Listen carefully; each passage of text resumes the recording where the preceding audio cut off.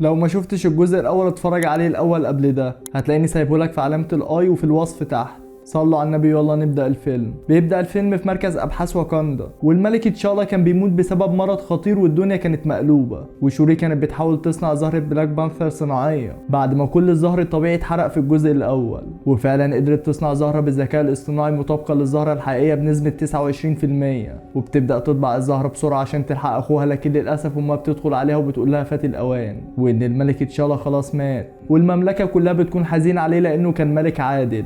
وشوري كانت حاسة بالذنب جدا لأنها ما قدرتش تعالج أخوها. وبعدها سفينة جنائزية بتيجي وبتاخد التابوت، وبعد سنة من وفاة الملك تشالا بنعرف إن الملكة راموندي أمه هي اللي مسكت الحكم من بعده، وكانت في مقر الأمم المتحدة. وكان في مشاكل بين واكاندا ودول كتير بسبب إن الدول دي طمعانة في الفايبرينيوم اللي واكاندا بتملكه، وده طبعا بعد ما الملك تشالا عرف العالم كله بقوة دولة واكاندا. وكان معظم رؤساء الدول بيهاجموا الملكة لأنها مش بتشارك مناجم الفايبرينيوم مع باقي دول العالم. ورئيسة فرنسا كانت بتتهمها بانهم بيستعملوا الفايبرينيوم في صناعة اسلحة دمار شامل، وان الفايبرينيوم اللي واكاندا بتملكه اصبح بيهدد خطر على العالم. وساعتها الملكة راموندي بترد وبتقول انها مش هتدي اي دولة فايبرينيوم لانها مش ضامنة الدول دي هتستعمل الفايبرينيوم ضدهم ولا لا. وبتبدا تقول لهم اسباب خوفها من انها تدي للدول فايبرينيوم، وبتقول لهم ان حاليا في اقتحام من الكوماندوس الفرنسي على مركز فايبرينيوم في مالي، وبتبين لهم ان نواياهم مش خير، وبتقول لهم ان هي عارفه كل خططهم واللي بيحصل في المخابرات عندهم، وانها قدرت تقف ضد القوات الفرنسيه، وان قوات السلاح الملكي قبضوا عليهم. وبتقول لهم ان هي عارفه انهم فاكرين ان واكاندا ضعيفه دلوقتي بسبب موت البلاك بانثر، لكن الحقيقه ان واكاندا لسه قويه زي ما هي وتقدر تقف قدام العالم كله. وبتقول لهم كمان ان تم تصوير الهجوم اللي حصل على مركز الفايبرينيوم، وبتبعت لهم الفيديوهات على موبايلاتهم، وبتؤمر الحرس الملكي يدخلوا الجنود الفرنسيين اللي قبضوا عليهم في القاعه عشان تفضحهم في العالم كله. وقالت لهم ان ده مجرد تحذير، واللي هيهجم على موارد واكاندا تاني هتعتبره هجوم مباشر على الدوله كلها. بعدها بنشوف موقع امريكي في المحيط الاطلنطي، وكانوا بيبحثوا عن الفايبرينيوم خارج حدود واكاندا، وكل الدول كانت بتبحث عن الفايبرينيوم على امل انه يكون موجود خارج واكاندا. وفي طالبه في الجامعه بتخترع جهاز للتنقيب عشان يبحثوا بيه عن الفايبرينيوم، وفعلا اثناء البحث لقوا ماده زرقاء قويه جدا وكسرت سلاح الجهاز. ومديره الموقع بتطلب من المستكشفين انهم يخرجوا جهاز كشف الفايبرينيوم بسرعه لان مش معاهم غيره وما عندهمش استعداد يخسروه. بس فجاه الاتصال بيفصل وكل الاجهزه اللي معاهم بتفصل، وبنشوف ناس خارجه من البحر وبيحاوطوا المحطه، وكانوا بيغنوا اغنيه فيها كلام سحري بتخلي كل الجنود يرموا نفسهم في البحر من غير ما يحسوا. وساعتها مديره الموقع بتفهم ده وبتقفل ودنها عشان ما تسمعش وتتسحر هي كمان،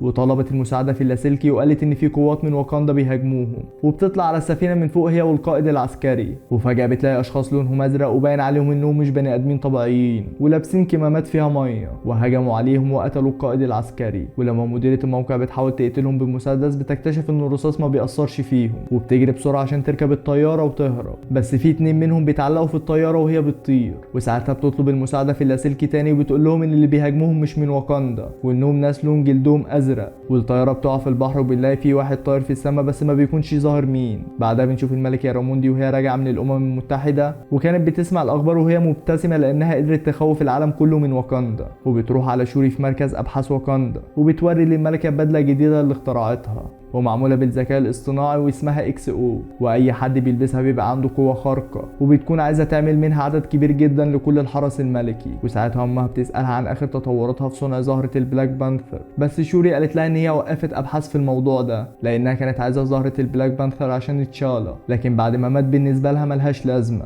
وبيقرروا يروحوا يزوروا قبر تشالا لان النهارده يكون فات سنه على موته، وهم عند القبر بيلاقوا حد خارج لهم من الميه وبيطير وقرب من الملكه وبنتها وكانوا خايفين منه، وبيسالهم ليه عرفتوا العالم سر الفايبرينيوم وان العالم كله دلوقتي بيدور عليه في كل حته في الكره الارضيه. والملكه بتكون خايفه منه جدا وبتساله انت مين؟ قال لها ان هو ملك لمملكه اسمها تالوكان، والمملكه دي تحت الميه في المحيط، واسمه تحت الميه كوكولكان، وفوق المايه اسمه نامور. وبيقول لها ان العالم كله دلوقتي بيدور على الفايبرينيوم من يوم ما تشالا ابنها كشف عنه للعالم، وان النهارده الامريكان اكتشفوا مكان للفايبرينيوم تحت المملكه بتاعته، بس هو هاجمهم وحافظ على الفايبرينيوم. وبيقول للملكه راموندي ان هما لازم يتحدوا ويقتلوا العالمه اللي اخترعت جهاز كشف الفايبرينيوم عشان ما تخترعش جهاز تاني، ودي الفرصه الوحيده عشان يحافظوا على الفايبرينيوم اللي هما يملكوه. وقال لها ان كل دورها ان هي تخطف العالمه وتجيبها له وهو هيتصرف معاها، لكن الملكه بتتعصب وبتقول ان هي ما بتاخدش اوامر من حد، بس بيهددها بجيشه القوي واللي ملوش اخر، وبيقول لها اتمنى المره الجايه اجي لوحدي برضه من غير جيش. وبعدين بيسيبهم ويمشي. وبعدين بيلاقوا قدامهم الجهاز اللي بيكتشف الفايبرينيوم، والملكة بتعمل مجلس لكل القبائل وقالت لهم على اللي حصل عشان يقرروا هيعملوا ايه، بس بيقرروا ان هما ما يسمعوش كلام نمور، وكمان قرروا يقتلوه. وشوري بتاخد جهاز اكتشاف الفايبرينيوم في المختبر عشان تفحصه، وكانت مبهوره جدا لان الجهاز مصنوع بتكنولوجيا متطوره جدا. بعدها اوكويا بتقترح على الملكه ان هما يجيبوا العالمه دي واكاندا، وبتقول لها ان هي هتقدر تجيب العالمه دي بكل سهوله، بس الملكه بتقول لها ان هي خايفه من نمور مش من الامريكان. بعدها بنشوف روس وهو بيلعب رياضه، وبيلاقي حشره مراقباه وبيعرف ان هي ريبوت من واكاندا، وبيفضل ماشي وراها لحد ما بيتوصلوا عند اوكويا وشوري بتطلب منه اسم العالمه اللي اخترعت له آلة كشف الفايبرينيوم. وساعتها روز بيقول لهم يبقى انتوا فعلا اللي هاجمتوا موقع في المحيط وكنتوا السبب في موت رجاله امريكان كتير. بس اوكويا بتقول له ان فعلا مش هما اللي عملوا كده، وبيطلب منهم يقولوا مين اللي هاجمهم. وشوري بترفض وبتقول له عشان سلامه الكل، وبتقول له ان العالمه اللي اخترعت الجهاز دلوقتي في خطر، بس برضه بيرفض يقول لها اسمها لان كشف اي سر من اسرار المخابرات عقوبته الاعدام. بس بيرجع يقول ان هو مدين لتشالا بحياته، فبيوافق ان هو يقول لهم على اسمها، وبيقول لهم ان اسمها ريري. بعدها بنشوف العالمه ريري اللي عندها 19 سنه وطالبه في جامعه كامبريدج وكانت عبقريه، واوكويا وشوري بيراقبوها من بعيد وبيخططوا ازاي يخطفوها من غير ما اي حد يحس بحاجه. وشوري بتقترح على اوكويا انها تروح تكلمها وتقنعها تيجي معاهم من غير خطف، واوكويا بتوافق لكن بتقول لها قدامك 5 دقايق بس تقنعيها فيهم. وفعلا شوري بتروح لها الاوضه وريري بتعرفها وبتكون فرحانه جدا ان هي شافتها، وبتقول لها ان هي مهتميه بالتكنولوجيا في واكاندا. وريري بتوافق تروح معاهم، بس بتطلب تروح الورشه بتاعتها الاول عشان تخفي كل المعادلات والابحاث بتاعتها. وشوري بتكون مبهوره باختراعات ريري، وبعدها بيجي لها اتصال وبتعرف ان في قوات امريكيه محاصره الورشه من كل حته. وريري بتحرق كل الورق اللي فيه المعادلات بتاعتها، وبتقول لها انهم لازم يتفرقوا عشان يعرفوا يهربوا. وبتلبس بدله كانت مخترعاها وبتضرب الجنود وبتطير بالبدله. وشوري بتهرب بموتوسيكل واوكويا بتهرب بعربيه ريري. وبيكون عدد الشرطه اللي بيهاجموهم كتير جدا والمطارده بتطول، وريري بتكون مراقبه كل حاجه من فوق وهي طايره، وبتعرفهم ان الشرطه قفلت المخرج اللي عند الجسر ولازم يغيروا طريقهم. وشوري بتعرف عن طريق الخرزه المتطوره اللي معاها ان في طياره حربيه بدون طياره هتضربهم بالنار دلوقتي، والطياره على بعد 10 كيلومتر منهم. وبتعرف ريري وبتطلع توقع الطياره بنفسها، بس بعدها معدل الاكسجين في البدله بيقل جدا وبيغمى عليها وبتقع في اتجاه المحيط. بس قبل ما تقع بلحظه واحده بتفوق تاني، وبتضرب عربيات الشرطه وبتفتح الطريق لشوري واوكويا. بس فجاه في حبل بيترمي على ريري من المحيط وبتقع على الارض وبيغمى عليها، وبعدها قنبله مائيه بتترمي على شوري واوكويا وبتعمل اثار وبتطيرهم من مكانهم. وكده شوري وريري الاتنين بيكونوا فاقدين الوعي، واوكويا الوحيده اللي لسه فايقه فيهم.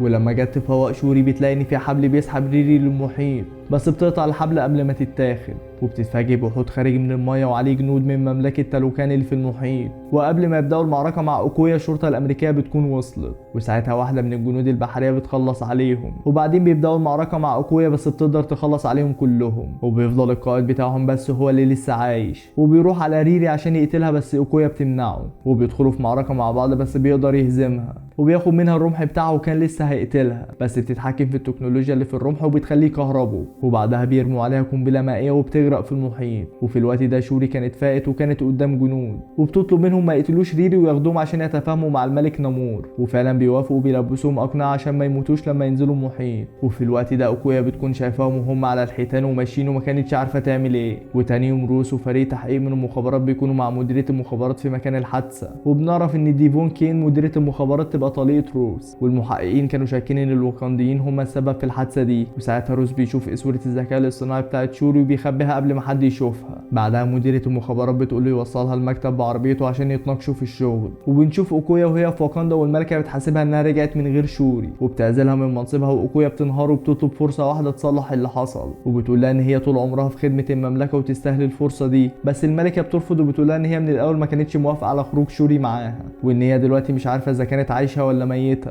والملكه بتروح المختبر عشان تشوف اي طريقه تعرف بيها بنتها ماتت ولا عايشه، وبتحدد مكان الاسوره بتاعتها عن طريق الذكاء الاصطناعي، وبتعرف ان الاسوره مكانها في امريكا. وفي الوقت ده الاسوره بتاعت شوري كانت بتعمل صوت وهي في جيب روس، وكان قاعد مع مديرة المخابرات في العربية، فبيقول لها ان الصوت ده رنة الموبايل بتاعه. واول ما بتنزل بيرد على الملكة وبيقول لها انه لقى الاسوره مرمية في مكان حادث حصل امبارح، والمخابرات الامريكية شاكين ان اللي عملوا كده من واكاندا، وان امريكا دلوقتي بتفكر يحركوا الجيش لواكاندا.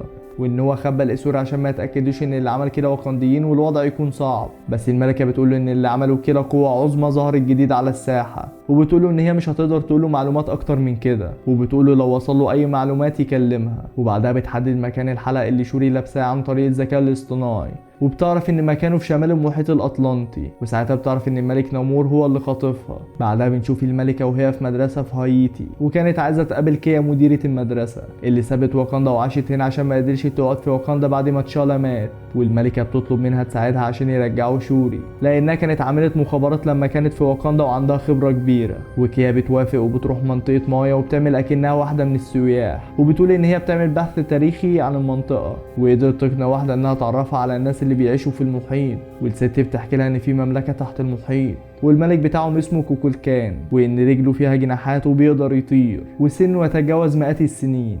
وبتقول لها ان اللي بيحاول يدور عليه بيختفي للابد، وبتقول ان في ناس بيشوفوه بيظهر عند شط معين. وبعدين بنشوف شوري وريري بعد ما فاقوا، وبيدخل عليهم ناس من تلوكان وبيقدموا لهم لبس يلبسوه، وبتطلب منها تيجي معاها لوحدها، وبتاخد شوري وبتوديها للملك نامور، وبيستقبلها باحترام كأميرة في واكاندا. وشافت عقد معمول بالاحجار الكريمه وعجبها جدا وسالته عليه، وبيقول لها ان العقد ده بتاع امه، فبتقول ان العقد ده شبه القطع الاثريه اللي من القرن ال16، فبتقول له ازاي بتاع مامتك. فبيفاجئها ان هو كمان كان عايش وقتها، وان هو عمره يتخطى مئات السنين، وان امه كانت بشريه بس اتحولت. وبيقولها ان سنه 1571 شعب يوكاتان اتصاب بمرض الجدري، واضطروا يسيبوا القبيله ويمشوا قبل ما يتعدوا ويموتوا هم كمان. وساعتها امه كانت حامل فيه، وقدرت تواجه الجوع والعطش والمرض، وراحوا لتشاك اله المرض بالنسبه لهم. وتشاك بيدلهم على عشبه معينه في البحر بتنمو على حجر ازرق، وبياخد العشبة دي وبيشرب كل القبيلة منها. بس ساعتها امه كانت رافضة انها تشرب منه عشان الجنين ما يموتش، بس بيقنعها انها لو لبست العقدة هيحمي ابنها، وبيقولها انه هيكون اول طفل يتولد في المكان الجديد، وكمان هيكون الملك بتاعهم لما يكبر. وفعلا اقتنعت وشربت من النبتة. بس فجأة كل القبيلة اللي شربوا من النبتة بيموتوا، ولكن فجأة كلهم بيصحوا تاني وبيلاقوا لون بشرتهم ازرق، وما بيكونوش عارفين يتنفسوا اكسجين من الهواء الطبيعي وبيتخنقوا، لانهم بقوا يتنفسوا الاكسجين من المية زي السمك. ومن يومها وحياتهم بقت في المحيط. ونامور بيتولد في المحيط، بس بيتولد برجل فيها جناحات، ومن وهو طفل بقى ملك مملكة تلوكان. ولما بدأ يكبر امه كانت بتتمنى تعيش في البر تاني، وبتوصي انها تدفن في التراب زي ابوها وامها، وفعلا بعدها بتموت. وبيطلع للبر لأول مرة في حياته عشان ينفذ وصية أمه، وبيتفاجئ إن الاحتلال الأسباني بيعذبوا الناس بطريقة وحشة، وقرر يهاجم كل الأسبان وبيقتلهم. وبعدها دفن أمه زي ما كانت عايزة. وفي قسيس بيشوفه وبيوصفه بكلمة نامور، ومعناها الشيطان عديم الحب. ومن ساعتها اسمه في اليابس بقى نامور، وفي المحيط كوكولكان. وساعتها شوري كانت مستغربة وبتسأله هو ليه حكى لها كل ده، فبيقولها عشان اقنعك ان معايا حق اقتل العالمة دي عشان احافظ على الموارد بتاعتي والشعب بتاعي. وساعتها شوري بتعرض عليه انه يسيبهم يروحوا واكاندا وانها مش هتخرج العالمة منها، لكن بيرفض.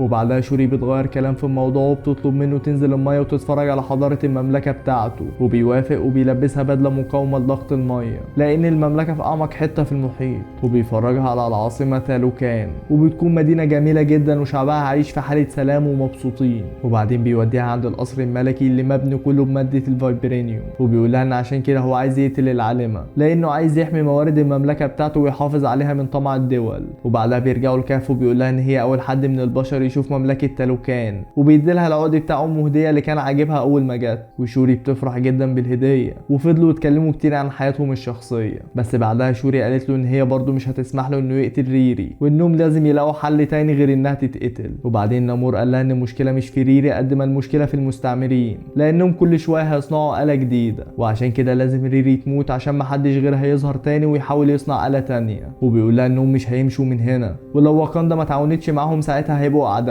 وان مفيش حل وسط، وساعتها واكاندا هتكون اول دولة يحاربوها. وفي الوقت ده كيا بتكون على الشط بعد ما عرفت مكان شوري عن طريق الحلقة بالذكاء الاصطناعي، وبتعرف ان هي في كهف تحت المية. والملكة بتكلمها وبتقولها تنقذ شوري وريري بأي طريقة. بعدها بنشوف روس وهو في اجتماع في مقر المخابرات، وكانوا بيشوفوا يشوفوا طريقة يغزو بيها واكاندا، بس بيقول لهم ان واكاندا دولة مش سهلة واي محاولة عنف معاهم هم اللي هيخسروا، وطلب منهم وقت عشان يدرس الموضوع كويس. بعد الاجتماع بيتصل بالملكة وبيقول لها كل حاجة حصلت في الاجتماع، وبنشوف بعدها نمور والخادمة بتاعته بيتبلغوا ان في ضيف عايز يقابله، ولما بيخرج على الشط بيلاقي الضيف ده الملكة، وكان السبب الحقيقي لوجودها انها تعطله على ماكية تنقذ شوري وريري. ونمور بيقول لها ان بنتها كويسة وانها بتتعامل معاملة كويسة جدا، وان هو مش هيسيبها دلوقتي لحد ما يلاقي حل في موضوع العالمة ريري. وساعتها الملكة بتهدده انها تعرف الامريكان مكانهم وهتعرفهم الموارد اللي هم بيمتلكوها، بس نمور قال لها ان ده لو حصل هيقتل شوري، وبعدها هقتلك انت كمان في وسط واكاندا. وفي الوقت ده كيا كانت في الكهف وبتهاجم الحرس بتوعه، لكن بنت نمور بتهددها بقتل شوري بالسكينة، وكيا بتضطر تقتلها بالسلاح. وساعتها شوري بتتضايق جدا من كيا ان هي قتلتها، لان اللي حصل ده هيكون بداية اللعنة والحرب بين المملكتين. وبيهربوا من الكهف وبيركبوا سفينة، وملكة بتفرح جدا ان بنتها رجعت تاني، وبتشكر كيا ان هي قدرت تنقذهم. واول ما نمور بيرجع الكهف بيلاقي بنته بتموت،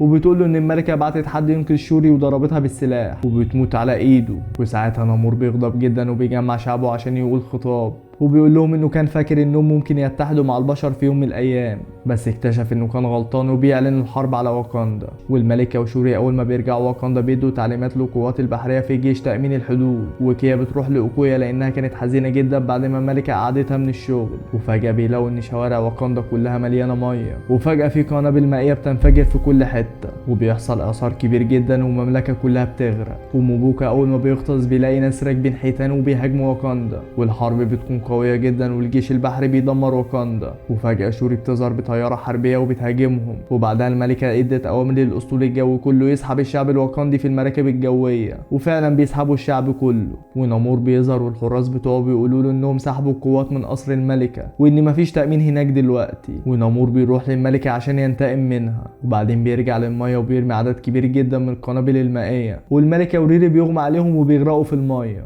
وساعتها كيا واوكويا بيكونوا وصلوا القصر وبتلاقيهم مرميين على وش المية، وبيفضلوا يعملوا لهم صدمات كهربائية عشان ينقذوهم من الموت. وساعتها نمور قال لهم ان ده مجرد تحذير، وان كمان اسبوع لو ما اتضموش ليه هيجي بجيشه كامل ويدمر واكاندا كلها. وشوري بتوصل وبتكون غضبانه جدا، ونمور بيقول لها مبروك انك بقيتي الملكه. وريري بتفوق بعدها لكن الملكه بتموت. ولما كانوا بيدفنوها موبوكا بيعزيها وبيقول لها انه بنى ملاجئ للشعب الواكاندي على الجبال اللي ملكه. بعدها بنشوف روس وهو داخل بيته بيتفاجئ ان طليقته جوه، وبيسالها ايه اللي جابها بيته. فبتفتح التلفزيون على خبر وفاة الملكه ريموندا وان سبب موتها حرب اهليه. وساعتها روس بيستغرب هي ليه بتقول له كده، فبتقول له ان هي كانت زرع اجهزه تصنت عليه، وان هي سمعت كل مكالماته مع الملكه قبل ما تموت، وعرفت انه عرفها كل اسرار المخابرات الامريكيه، وان عقوبه ده الاعدام. بعدها بنشوف شوري وهي ماسكه اسوره ام نامور وبتصنع عشب عشان تاخد قوه بلاك بانثر وتدافع عن واكاندا وشعبها، لان الخيط اللي اتصنع منه الاسوره دي كان مزروع في تربه فيها ماده الفايبرينيوم، وكمان بيكون معاها عينه من الحمض النووي بتاع تشالا.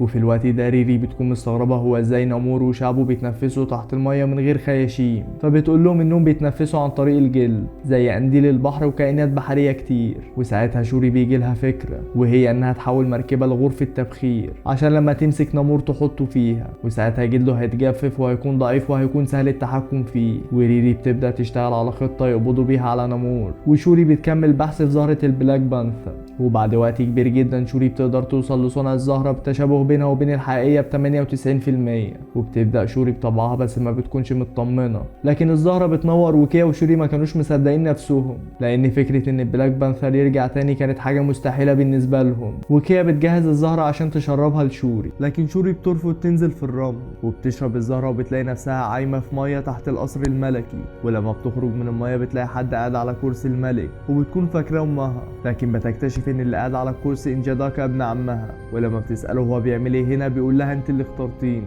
لان انت ما كنتيش مقتنعه بوجود برزخ الاسلاف. بس شوري بتقول له انها عمرها ما اختارته وانه مجرد شخص مجرم. وانجاداكا بيقول لها انه لما قتل كان بدافع الانتقام، وبيقول لها انها لازم تكون قويه عشان تقدر تواجه نامور، وان هو ظهر لها دلوقتي لانهم متشابهين. وبيسالها اذا كانت هتكون طيبه ولا هتقدر تسيطر على طيبتها دي، وانها ما ينفعش تبقى زي اخوها اللي ساب اللي قتل ابوه يعيش. وبيسالها هتبقي زي اخوكي ولا زي ابوك اللي قتل اخوه. وبتفوق وهي متضايقه جدا انها شافت انجاداكا، وبتندم ان هي خدت الزهره من غير ما تكون مماثله للاصليه صحية 100%، وبتقول ان بحث استنساخ الزهرة فشل، وبتكون غضبانة وبتضرب البدلة، بس بتكتشف انها اكتسبت قوة البلاك بانثر وبتعرف ان البحث نجح، وبتصنع بدلة البلاك بانثر الجديدة. وفي الوقت ده بيكون الشعب الواكندي بيتنقلوا للمخيمات اللي في جبال الجباري، وبعدها موبوكا بيعمل مجلس القبائل، وفجأة بلاك بانثر بتيجي المكان وبتكشف لهم نفسها، لكن موبوكا بيكون عنده شك ان هي لابسة بدلة مش اكتر، وان هي مفيهاش قوة البلاك بانثر، وبيطلب منها يختبرها، وبيلعبها ريست وبتكسبه بكل سهولة.